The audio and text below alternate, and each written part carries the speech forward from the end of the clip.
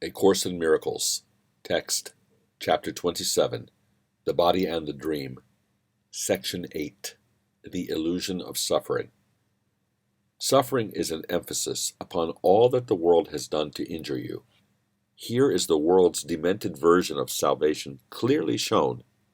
Like to a dream of punishment, in which the dreamer is unconscious of what brought on the attack against himself, he sees himself attacked unjustly and by something not himself. He is the victim of this something else, a thing outside himself for which he has no reason to be held responsible.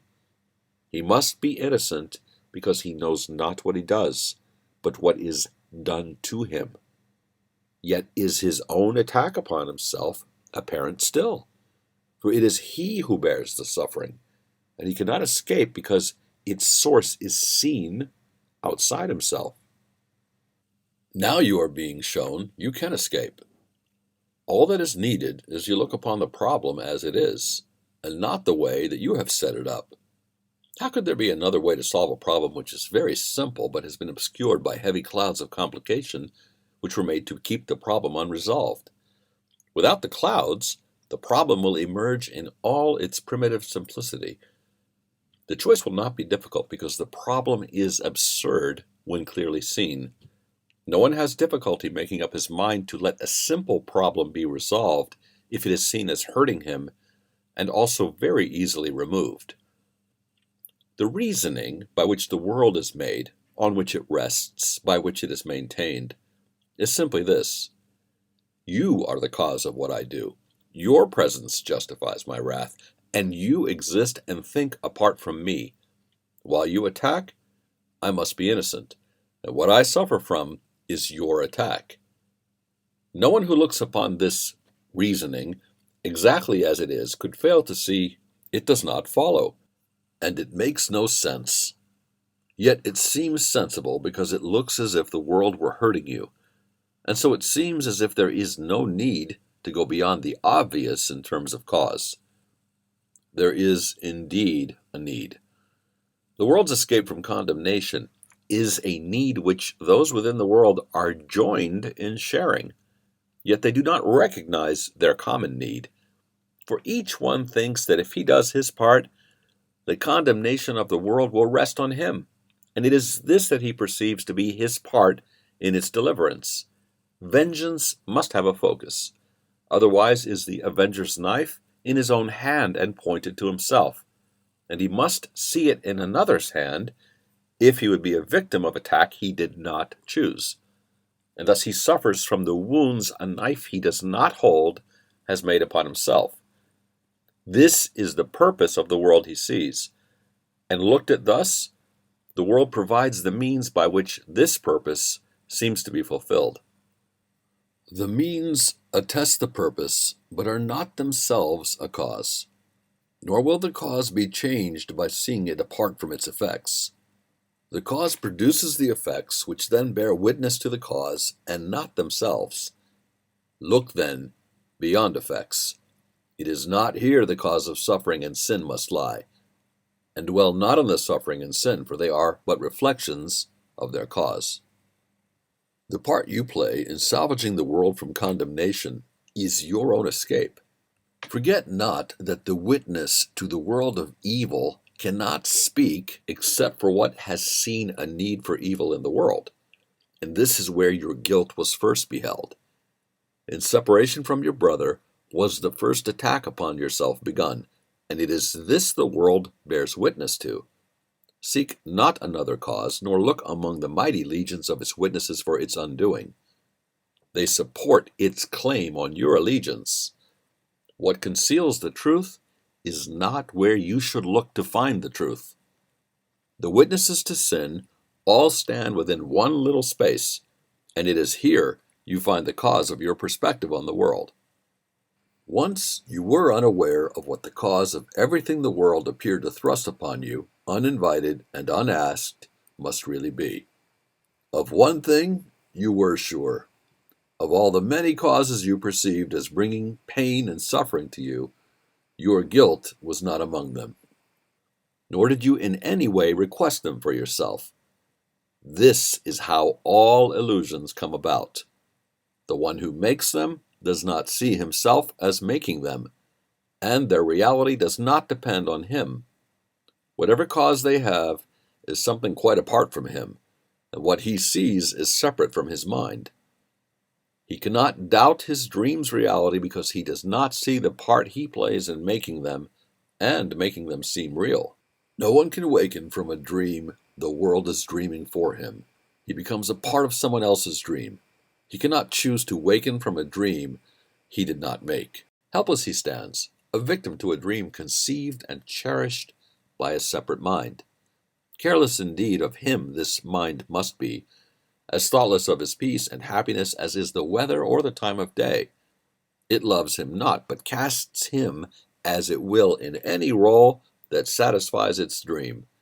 So little is his worth that he is but a dancing shadow, leaping up and down according to a senseless plot conceived within the idle dreaming of the world.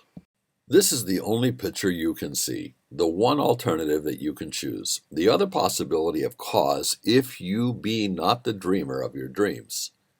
And this is what you choose if you deny the cause of suffering is in your mind. Be glad indeed it is, for thus are you the one decider of your destiny in time. The choice is yours to make between a sleeping death and dreams of evil, or a happy awakening and joy of life. What could you choose between but life or death, waking or sleeping, peace or war, your dreams or your reality? Yet if the choice is really given you, then you must see the causes of the things you choose between exactly as they are and where they are. What choices can be made between two states, but one of which is clearly recognized? Who could be free to choose between effects when only one is seen as up to him? An honest choice could never be perceived as one in which the choice is split between a tiny you and an enormous world, with different dreams about the truth in you. The gap between reality and dreams lies not between the dreaming of the world and what you dream in secret.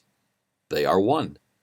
The dreaming of the world is but a part of your own dream you gave away and saw as if it were its start and ending both. Yet was it started by your secret dream, which you do not perceive, although it caused the part you see and do not doubt is real. How could you doubt it while you lie asleep and dream in secret that its cause is real? A brother separated from yourself, an ancient enemy, a murderer who stalks you in the night and plots your death, yet plans that it be lingering and slow. Of this you dream. Yet underneath this dream is yet another in which you become the murderer, the secret enemy, the scavenger, and the destroyer of the brother and the world alike. Here is the cause of suffering, the space between your dreams and your reality, the little gap you do not even see, the birthplace of illusions and of fear, the time of terror and of ancient hate, the instant of disaster. All are here. Here is the cause of unreality, and it is here that it will be undone. You are the dreamer of the world of dreams. No other cause it has, nor ever will. Nothing more fearful than an idle dream has terrified God's Son and made him think that he has lost his innocence, denied his Father, and made war upon himself. So fearful is the dream, so seeming real, he could not waken to reality without the sweat of terror and a scream of mortal fear, unless a gentler dream preceded his awaking, and allowed his calmer mind to welcome, not to fear, the voice that calls with love to waken him. A gentler dream in which his suffering was healed and where his brother was his friend. God willed he waken gently and with joy, and gave him means to waken without fear. Accept the dream he gave instead of yours. It is not difficult to shift a dream when once the dreamer has been recognized. Rest in the Holy Spirit and allow his gentle dreams to take the place of those you dreamed in terror and in fear of death. He brings forgiving dreams in which the choice is not who is the murderer and who shall be the victim. In the dreams he brings, there is no murder and there is no death. The dream of guilt is fading from your sight, although your eyes are closed. A smile has come to lighten up your face. The sleep is peaceful now, for these are happy dreams. Dream softly of your sinless brother, who unites with you in holy innocence, and from this dream the Lord of heaven will himself awaken his beloved Son. Dream of your brother's kindnesses instead of dwelling in your dreams on his mistakes. Select his thoughtfulness to dream about instead of counting up the hurts he gave. Forgive him his illusions and give thanks to him for all the helpfulness he gave. And do not brush aside his many gifts because he is not perfect in your dreams. He represents his Father, whom you see as offering both life and death to you. Brother, he gives but life. Yet what you see as gifts your brother offers represent the gifts you dream your Father gives to you. Let all your brother's gifts be seen in light of charity and kindness offered you, and let no pain disturb your dream of deep appreciation for his gifts to you.